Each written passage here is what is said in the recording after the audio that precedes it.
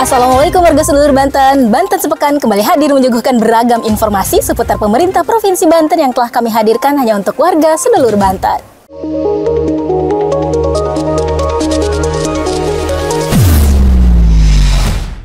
Penjabat Gubernur Banten Al-Mukhtabar lantik penjabat Wali Kota Tangerang.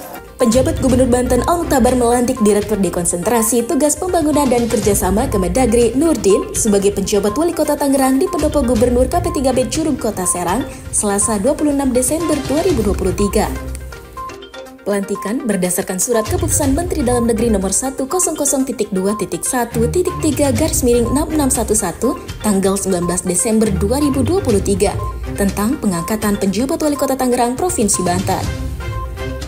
Al-Mukhtabar menyampaikan apresiasi dan penghargaan kepada Wali Kota Tangerang periode 2018 sampai 2023, Arif Erwismansyah dan Wakil Wali Kota Tangerang Sahrudin, terutama karena telah menginisiasi model-model agar masyarakat tidak keluar dari rumah saat COVID-19 beberapa tahun lalu. Kepada PJ Wali Kota Tangerang, Al-Mukhtabar berpesan memori jabatan 2018 sampai 2023 adalah mandatori yang dilaksanakan untuk upaya mensejahterakan masyarakat Kota Tangerang. Al-Mukhtabar juga berpesan bahwa dalam rangka menciptakan stabilitas daerah sebagai pondasi dasar untuk menjalankan tugas pemerintahan, kemasyarakatan, dan pembangunan.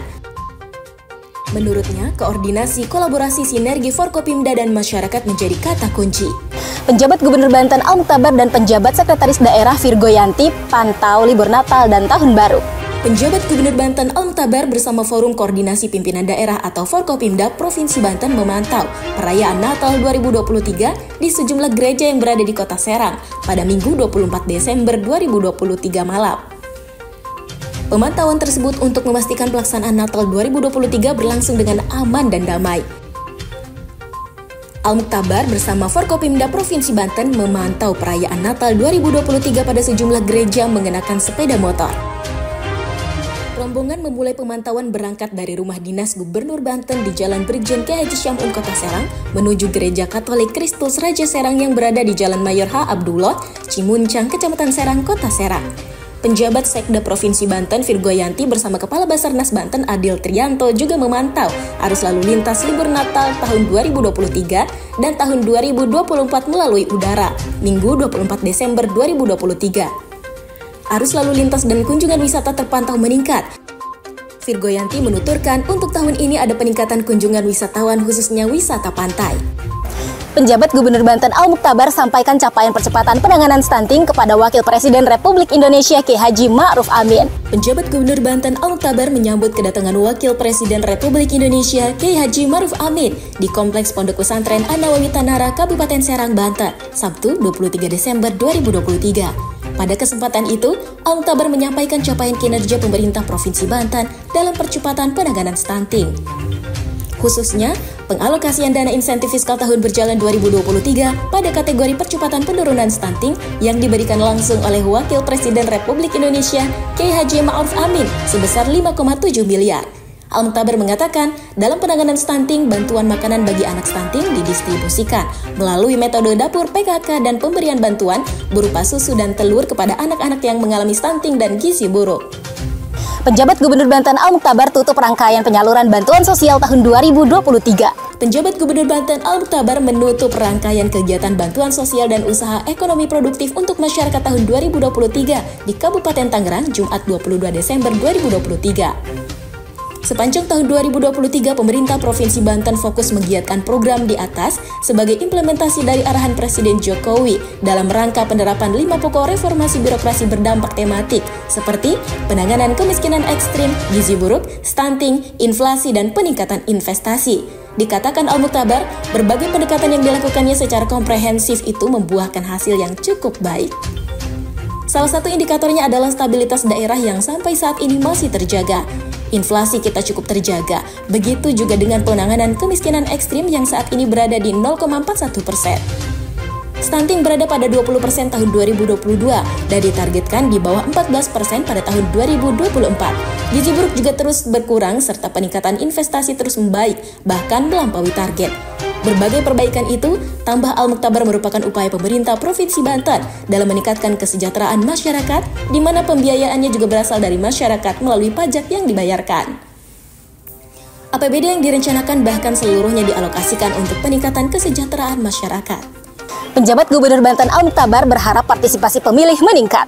Penjabat Gubernur Banten Al-Mukhtabar mengapresiasi langkah yang telah dilakukan Komisi Pemilihan Umum atau KPU Provinsi Banten dalam mempersiapkan tahapan untuk menyukseskan pemilu 2024. Al-Mukhtabar berharap hal itu mampu meningkatkan partisipasi pemilih. Demikian disampaikan Al-Mukhtabar usai mengikuti nonton bareng debat calon presiden dan wakil presiden pada pemilu 2024 bersama Forkopimda Provinsi Banten, penyelenggara pemilu dan peserta pemilu yang digelar KPU Provinsi Banten di Hotel Aston Kota Serang, Jumat 22 Desember 2023 malam. Al-Mukhtabar menyampaikan pemilu merupakan ruang untuk masyarakat dapat menyampaikan dan menggunakan hak pilih. Oleh karena itu, dia berharap semua elemen bisa menjaga kondusivitas daerah. Aplikasi Sidak Pemprov Banten terbaik kedua Indonesia Digital Initiative Award tahun 2023. Pemerintah Provinsi Banten meraih terbaik 2 kategori aplikasi provinsi pada Anugerah Indonesia Digital Initiative Award 2023. Penghargaan diterima PLT Kepala Dinas Komunikasi Informatika Statistik dan Persandian Provinsi Banten Nana Suryana dari Deputi Kepala Staf Presiden Jaleswari Pramodwaradani. Aplikasi Sidak Banten terkait dengan sistem informasi dan data ketenaga listrikan di Provinsi Banten yang dikembangkan oleh Dinas Energi dan Sumber Daya Mineral Provinsi Banten. Aplikasi Sidak Banten berisi pelayanan perizinan SLO termasuk juga semua informasi terkait ketenaga listrikan, kata Nana pada malam Anugerah Indonesia Digital Award di Hotel Borobudur, Jakarta, Kamis malam 21 Desember 2023. Pemerintah Provinsi Banten raih predikat terbaik Indeks Pembangunan Statistik. Pemerintah Provinsi Banten meraih penghargaan dari Badan Pusat Statistik atau BPS sebagai satuan kerja dengan nilai Indeks Pembangunan Statistik 2,76. Pemerintah Provinsi Banten meraih predikat baik untuk kategori pemerintah provinsi. Penghargaan tersebut diberikan kepada pemerintah Provinsi Banten setelah dilakukan program evaluasi penyelenggaraan statistik sektoral atau EPSS tahun 2023. Perangkat daerah yang ditunjuk dalam program EPSS pada 2 OPD yaitu Dinas Perindustrian dan Perdagangan Provinsi Banten dan Dinas Pemberdayaan Perempuan, Perlindungan Anak, Kependudukan dan Keluarga Berencana Provinsi Banten. Program EPSS dilakukan BPS sebagai salah satu upaya dalam meningkatkan kualitas penyelenggaraan statistik sektoral. Nah, warga sedulur Banten, itu tadi Banten Sepekan yang telah kami hadirkan hanya untuk warga sedulur Banten. Nantikan Banten Sepekan berikutnya. Wassalamualaikum.